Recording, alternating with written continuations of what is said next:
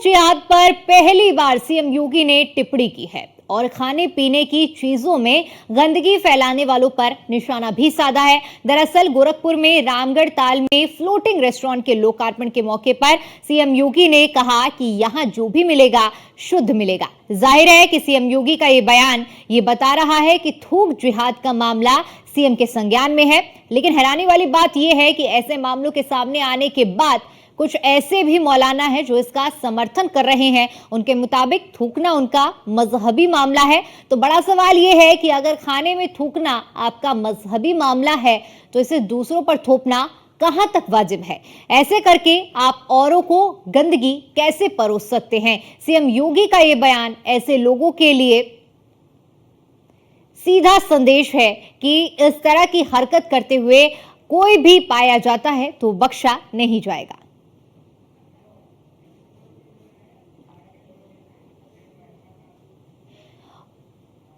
और इसी पर ज्यादा बातचीत करने के लिए हमारे साथ लोनी से विधायक नंदकिशोर गुर्जर जी हमारे साथ जुड़ चुके हैं। नंदकिशोर जी, बहुत बहुत स्वागत है आपका न्यूज़ 1 इंडिया पर। नंदकिशोर जी, जिस तरह से ये पूरा मामला सामने आया था, थूक जिहाद जिसे नाम दिया गया है, मुख्यमंत्री योगी आदित्यनाथ की ओर से भी इसका अब जिक्र कर दिया गया है। ऐसे में सबसे पहले तो मैं आपसे इस थूक जिहाद के बारे में चर्चा करना चाहूंगी, इसके बाद आगे के पहलुओं को भी समझेंगे क्योंकि आप भी ग्राउंड पर उतरे हैं इस थूक जिहाद को लेकर।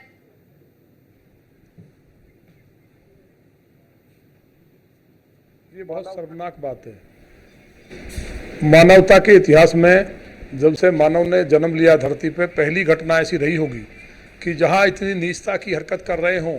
और जैसा कि आपने बताया, अगर कोई मौलवी इसका समर्थन कर रहा है तो ऐसे नीच व्यक्ति को मौलवी कहना, किसी धर्म का मौलवी होना, ये उस धर्म को ही मैं समझता हूँ कि मान्यता प्रदान नहीं करता, बल्कि ये बहुत इतना शर्मनाक है। मेरे यहाँ जूस में मूत्र मिला करके, मानव मूत्र मिला करके लोगों को परोसा जा रहा था, जहाँ डीसीपी से लेकर के जहाँ ऑफिस था उनका, एसीपी और तमाम जो वहाँ के लोग आसपास के आते जाते थे, तो उसमें तो सभी धर्म और समुदाय के लोग। लौनी में एक मिक्स आबादी है।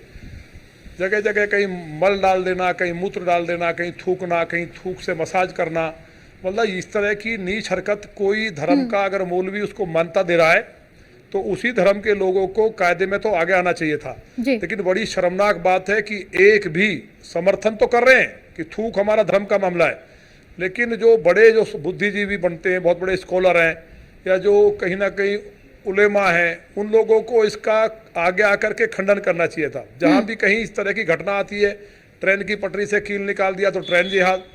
ये देश के अंदर जो हो रहा है अंतर्राष्ट्रीय ताकतों के आधार पर, कांग्रेस का मुंह नहीं खुलता है। राहुल गांधी भारत की बुराई कर रहे हैं बैठ के अमेरिका में, और पूरी तरह से राष्ट्र विरोधी लोगों के साथ खड़े हैं। एक भी बयान नहीं आया समाजवादी पार्टी के किसी नेता का, बयान नहीं आया कि जिन लोगों का धर्म खंडित किया जा रहा है, उल्टे कहा जा रहा है हिंदू संगठनों का। हिंदू संगठनों का कहाँ से मतलब आ गया इसमें? तो मुसलमान भी मूत्र पी रहा है, वो मल भी खा रहा है, साथ में गंदगी फैला रहा है। अगर उनका ये मलमूत्र खाना, जैसा कि बताया गया कि मौलवियों ने कहा है, उनका धर्म का मामला है तो वो खा सकते हैं। इसलिए माने सुप्रीम कोर्ट से हम चाहते हैं कि वो स्वतः संज्ञान लें।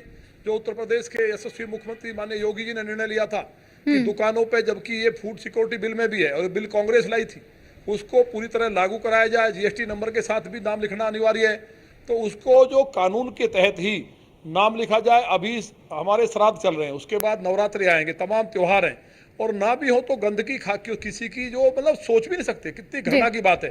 तो ऐसे लोगों को, लोकतंत्र है, लोकतंत्र में माने सुप्रीम कोर्ट एक तो ये फैसला ले कि सब लोग नाम लिखेंगे, इससे कि हम अपने धर्म की रक्षा कर सके। ये हमारा मौलिक अधिकार है, किसी भी समाज का मौलिक अधिकार है। तो सुप्रीम कोर्ट ही इसमें अब निर्णय ले, क्योंकि उन्होंने रोक लगाई थी। माने योगी जी ने तो निर्णय कर दिया था, उन्हें अंदेशा था पहले ही कि ये इस तरह की नीच हरकत करेंगे। उसको समर्थन करने के लिए भी कुछ लोग आएंगे। इनमें मैक्सिमम जो रोहिंग्या और बांग्लादेशी जो मुसलमान बाहर से आया है, उनके साथ जो उनके ट्रेनर आए हैं, यहाँ के मुसलमानों को भी प्रभावित कर रहे हैं, क्योंकि हिंदुस्तान में एक भी मुसलमान नहीं है। सारे लोग जितने भी हैं प्रताड़ित होकर के, बेटियों के बलात्कार से बचने के लिए घरों को लूटा गया, इनके बेटियों के कत्ल हुए तो अपने डर करके ये बेचारे मुसलमान बने। अब इनको उनके साथ खड़ा होना कहाँ तक जायज है? दोबारा वो स्थिति पैदा होगी इनके साथ। इसलिए यहाँ के मुसलमानों को पूरी तरह से इसके खिलाफ खड़ा होना चाहिए। यहाँ के जो मौलवी हैं हिंदुस्तान के, उनको भी बड़ी महापंचायत करके इनको फांसी देने की मांग करनी चाहिए। फास्ट ट्रैक कोर्ट में माननीय सुप्रीम कोर्ट तय करे, नाम लिखने के साथ साथ, कि ऐसे लोगों के खिलाफ मुकदमा चले, इनको फांसी हो और रासुका के तहत ही इनके ऊपर मुकदमा दर्ज हो, जिससे कि 7 पीढ़ियां इनकी पुश्ते जो भूल जाए कि कौन सा समर्थन कर रहे हैं धर्म का। बिल्कुल नंदकिशोर जी, जिस तरह से आपने तमाम बातों का जिक्र किया, और सभी का ये अधिकार है कि शुद्ध खाना अगर वो बाहर भी किसी व्यक्ति से दुकान में खरीदते हैं तो इनको अधिकार बनता है कि उन्हें शुद्ध चीज परोसी जाए। लेकिन जिस तरह से अभी हाल ही में कई मामले सामने आए हैं, इस शुद्धता पर भी बड़े सवाल उठते हुए नजर आ रहे हैं। अब मैं गाजियाबाद की चर्चा आपसे कर लेती हूँ और समझना चाहूंगी, जिस तरह से गाजियाबाद में जूस में मूत्र मिलाने का पूरा मामला सामने आया था, सभी ने देखा किस तरह से। ऐसे में बड़ा सवाल यह है कि जब इस तरह की गतिविधियां हो रही थी तो निशाने में कटघरे में तो नगर निगम भी है ना, मेयर भी है ना, आखिर आपको क्यों जमीन पर उतरकर मोर्चा संभालना पड़ा? कहां गए वो अधिकारी, प्रशासन के अधिकारी जिन्होंने इस पूरी जो मकड़जाल फैला हुआ था तब तक नहीं पकड़ा गया, एकदम से इसका खुलासा होता है?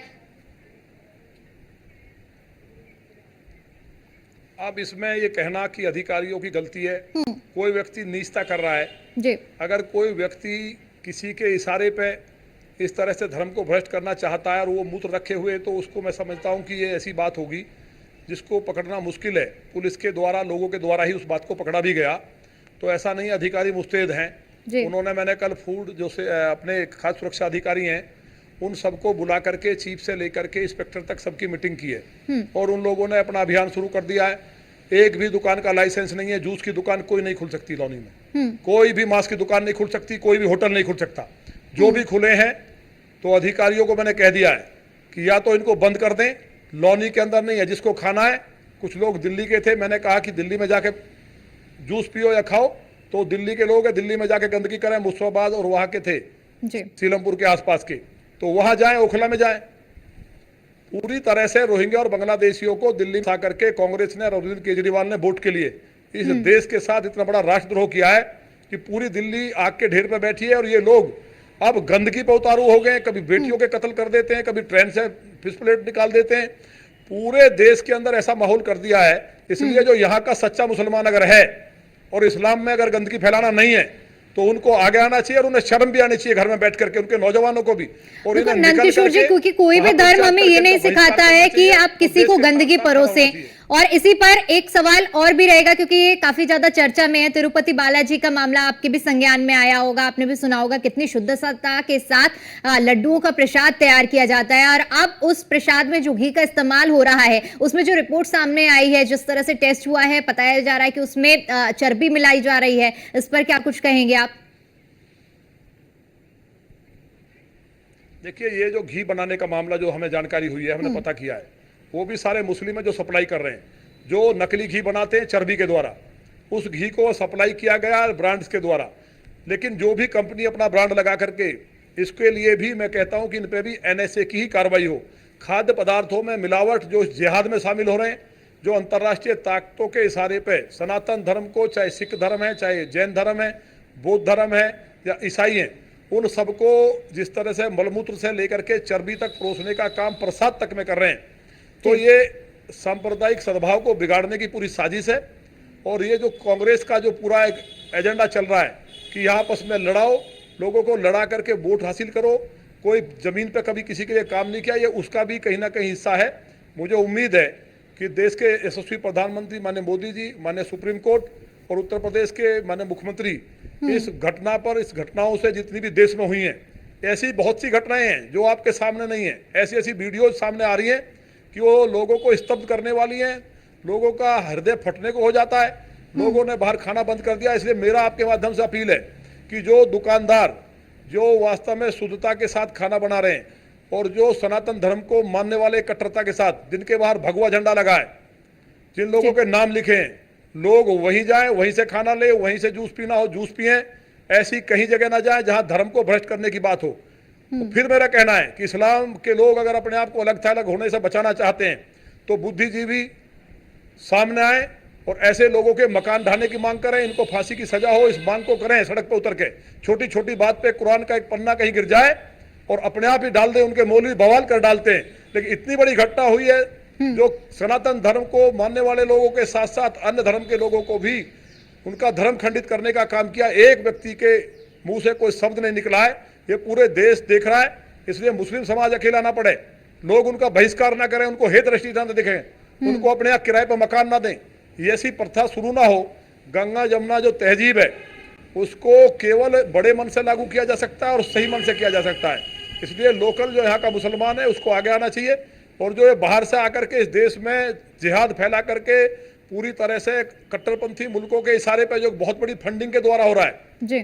इस तरह दिल्ली में पैसे भी दिए जा रहे हैं, उनको वोट भी बनवाया जा रहा है वोट के लिए, ऐसे लोगों का बहिष्कार करें तभी इसका समाधान है। अन्यथा हम लोग एक एक दुकान को वेरीफाई करेंगे, अधिकारी तो करेंगे ही, एक जिम्मेवार नागरिक होने के नाते यहाँ के सभी कार्यकर्ता हमारे एक एक दुकान को एक एक जगह जाकर के स्वयं चेक करेंगे, फूड विभाग के लोगों को भी लेके जाएंगे। किसी कीमत पे भी लौनी विधानसभा में अगर किसी ने दुस्साहस किया तो उसकी खैर नहीं है, उसका ऐसा इलाज करेंगे कि 7 पुश्तें याद करेंगी। बिल्कुल नंदकिशोर जी, चूंकि खाने के जो जिस तरह से स्वच्छता का आपने जिक्र किया है, ये सभी का अधिकार है कि सभी को स्वच्छ खाने या पेय पदार्थ परोसे जाए। फिलहाल के लिए आपको बहुत बहुत शुक्रिया।